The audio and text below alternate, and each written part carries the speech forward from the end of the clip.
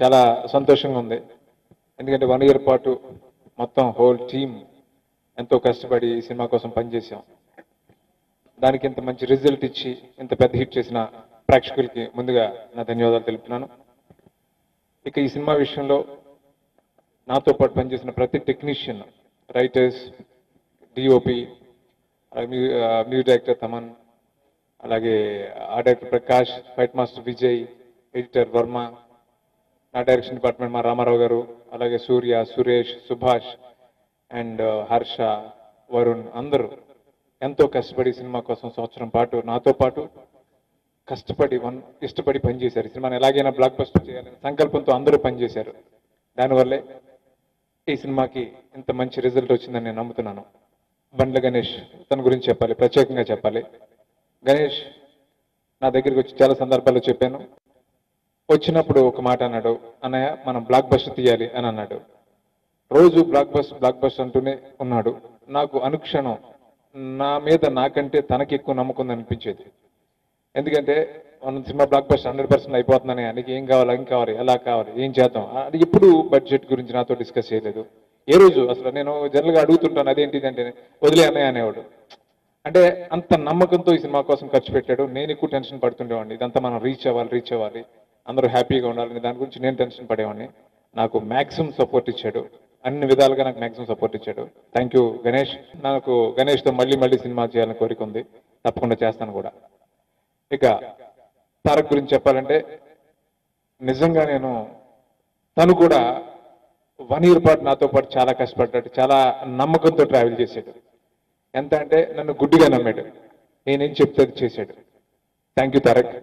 ఎక్కడ ఒక్క క్షణం కూడా తన పెద్ద స్టార్ అనే ఈగో ఎక్కడ లేకుండా డైరెక్టర్ ఏం కావాలనుకుంటున్నాడో అది ఇవ్వడానికే ప్రయత్నం చేశాడు. తనకి నాతో కొంచెం ఇది ఇలా కాదేమో అని ఒక మైండ్లో చిన్న డిఫర్ అయినా కూడా డైరెక్టర్ కావాలనుకుంటున్నాడు అని తన ఇదిని కూడా సప్రెస్ చేసుకుంటూ నాకు కోఆపరేట్ చేశాడు. కాబట్టి భాషను ఇలా తీయగలిగాను. తన్ని ఎలాగైనా తన కెరీర్లో నెంబర్ 1 ఫిల్మ్ కావాలి అనే కసితోనే ఈ సినిమా పనిచేశాను. దానికోసం నేను కష్టపెట్టుంటాను, సారీ.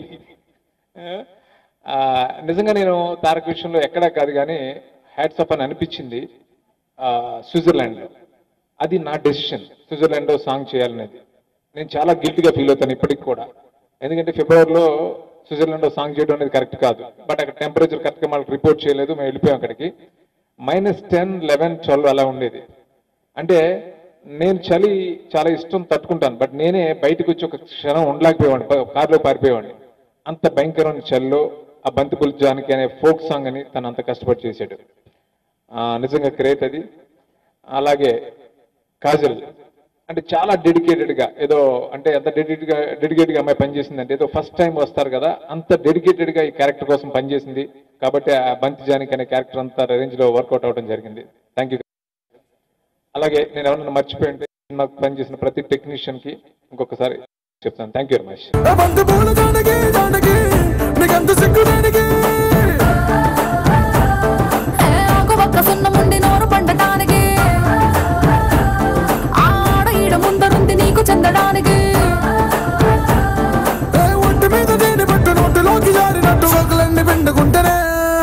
కొట్టినా తిట్టినా తాళి బొట్టు కట్టినా నువ్వు నాకు నచ్చినోడు రో.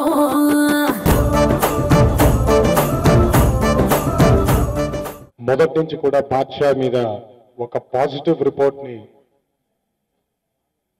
ప్రజలకు అందిస్తూ ఈరోజు ఈ సినిమాకి ముఖ్యమైన కారకులైనటువంటి మీడియా ప్రతినిధులందరికీ నా ధన్యవాదాలు, నా నమస్కారాలు తెలియజేస్తున్నాను. ఒక క్షణం ఈరోజు ఇలాగే ఆగిపోతే బాగుంటుందా అని అనిపిస్తుంది.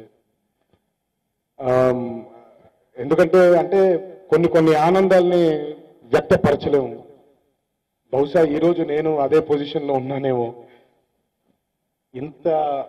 నా కెరియర్లో ఇంత గొప్ప విజయాన్ని నాకు అందజేసిన, ముఖ్యంగా నేను అందరికంటే ముందు నా ధన్యవాదాలు తెలియజేయాల్సింది నా దర్శకుడు, నా అన్న శ్రీను వైట్ల గారికి. సంవత్సరం పాటు నేను ఓపిక పట్టాను అని ఆయన అన్నారు.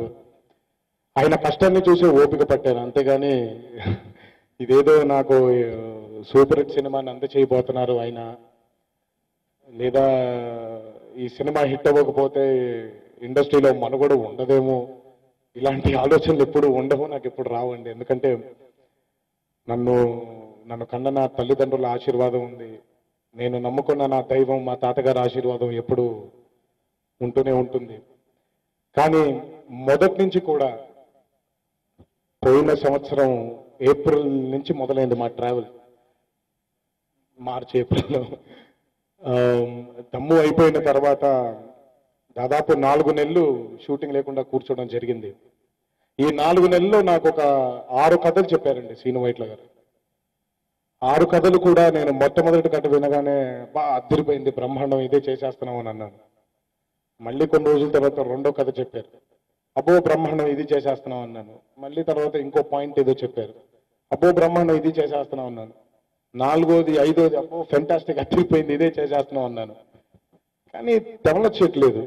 అది ఎందుకో దాన్ని కరెక్ట్గా ఆయన ఇది చేసేస్తున్నాం అని ఎప్పుడు కరెక్ట్గా అనకుండా ఏదో డిస్కషన్ చేస్తున్నారు, నాకు అర్థం అవ్వట్లేదు ఏంటా అని. ఫైనల్గా ఓ రోజు వచ్చి కథ చెప్పడం జరిగింది.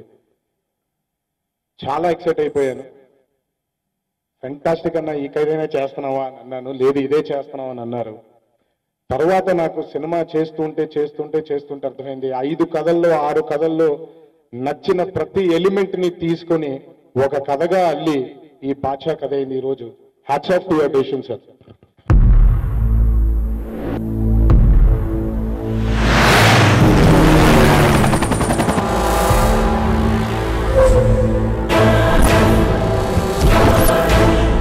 బ్రతకాలంటే బాద్షా కిందుండాలి, చావాలంటే బాద్షా ముందుండాలి. బాద్షా నన్ను టచ్ చేయడం అంత ఈజీ కాదు. భయపడేవాడు బానిస, భయపెట్టేవాడు బాద్షా. విక్రమ్, ఇమీడియట్ గా కంటైనర్ ఇండియా షిఫ్ట్ చేయి. ఇండియాకి 6000 కిలోమీటర్స్ పైగా సముద్ర తీరం ఉంది. వాళ్ళు దాన్ని ఎక్కడైనా అన్లోడ్ చేయొచ్చు.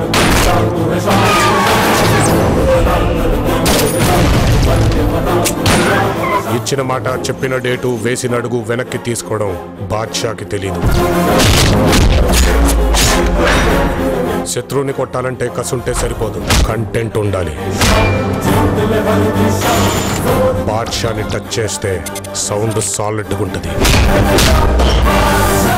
కేవలం ఒక నా యాక్టింగ్ గురించే కాదు, సినిమాలో నా హెయిర్ స్టైల్ గురించి కానివ్వండి, నేను వేసుకునే బట్టల దగ్గర నుంచి కానివ్వండి, నేను చెప్పే డైలాగుల దగ్గర నుంచి కానివ్వండి, నేను వేసే స్టెప్పుల దగ్గర నుంచి కానివ్వండి, నేను చెప్పిన డబ్బింగ్ దగ్గర నుంచి కానివ్వండి, ప్రతి విషయం ఎంతో జాగ్రత్తగా ఆచి తూచి. నేను ఎప్పుడో చెప్పాను, శ్రీను వైట్ల గారికి చాలా భయం ఉంటుంది అని. ఆ భయమే ఈరోజు శ్రీను వైట్ల గారిని ఇంత గొప్ప దర్శకుడుగా ఇంత టాప్ స్టేజ్లో నిలబెట్టిందని నా గట్టి నమ్మకం. ఎప్పుడు కూడా సక్సెస్ పట్ల ఆ భయం ఎప్పుడు కొనసాగుతూనే ఉండాలన్నా, మీరు ఎప్పుడు ఇలాగే గొప్ప గొప్ప చిత్రాలు నిర్మించి ఒక గొప్ప దర్శకుడుగా ఈ తెలుగు ఫిల్మ్ ఇండస్ట్రీలో ఉండాలన్న దేవుడిని మనసారా కోరుకుంటాను. నేను శ్రీను వైట్ల గారికి ఎప్పుడు చెప్తానండి, నాకు సీన్ అన్నను చూడగానే నాకు మహానుభావుడు జంధ్యాల గారు గుర్తొస్తారు. నాకు, మా అమ్మగారికి, మా అందరికీ బాగా ఇష్టమైన దర్శకుడైన ఇంట్లో ఇప్పుడు కూడా జంధ్యాల గారి సీడీలు పెట్టుకొని చూస్తూ ఉంటాం. నేను చెప్పాను సీన్ అన్నకి, అన్న మనిషిని నవ్వించడం అనేది ఒక గొప్ప వరం. ఆ వరం దేవుడు మీకు ప్రసాదించాడు. మీ సినిమాలు అంటే మిగతా వాళ్ళు కామెడీ తీయట్లేదని కాదండి, కానీ శ్రీను వైట్ల గారి సినిమాకి ఒక సెపరేట్ ఆడియన్స్ ఉంటారు. శ్రీను వైట్ల సినిమా అంటే కడుపుబ్బా నవ్వుకోవచ్చురా, మనకుండే బాధల్ని మర్చిపోవచ్చు, సరదాగా కాసేపు థియేటర్కి వెళ్ళని బిలీవ్ చేసే వాళ్ళు చాలా మంది ఉంటారు. వాళ్ళందరినీ ఇలాగే నవ్విస్తున్నారు కాబట్టి ఈరోజు నిజంగా ఆ నవ్వే ఆయనకు పుణ్యం కింద మారి ఈరోజు ఆయనకు అంత గొప్ప దర్శకుడిగా నిలబెట్టింది. Thanks a lot sir once again for this fantastic and a tremendous and a blockbuster hit. మనం తప్పు రాసినా చెరిపి మళ్ళీ రాసుకోవచ్చు. అదే మనం పెద్దయ్యాక పెన్ ఇస్తారు, దిద్దుకునే అవకాశమే ఉండదు. ఇదేదో బాగుంది, ట్విట్టర్లో పెట్టు. పోలీస్ ఆఫీసర్ అంటే ఎలా ఉండాలి? లోడ్ చేసిన గంటలా ఉండాలి. మీరెలా ఉన్నారు? లోడ్ చేసిన లారీలో ఉన్నారు. స్టోరీ సిట్టింగ్ లకి పూరి జగన్నాథ్ గారు పటాయి వెళ్తారు, రాజమౌళి గారు రాజస్థాన్ వెళ్తారు. మరి మీరు ఎక్కడికి వెళ్తారు? చర్లపల్లి జైలుకి. మా ఇంట్లో తులసి చెట్టు, సిరిబల చెట్టు యాడుంటాయబ్బా? తిడుతుంటే నవ్వుతాడంటారా తింగరనాయాల. This is my life, my pressure, my decision, my kid. నువ్వు నీ పర్సనల్ లైఫ్ తో పాటు ప్రొఫెషనల్ గా, సోషల్ గా, సైకలాజికల్ గా, మైథలాజికల్ గా అన్ని గిట్లలా నువ్వే నంబర్ 1 కావాలి. I am fire, I am the fire.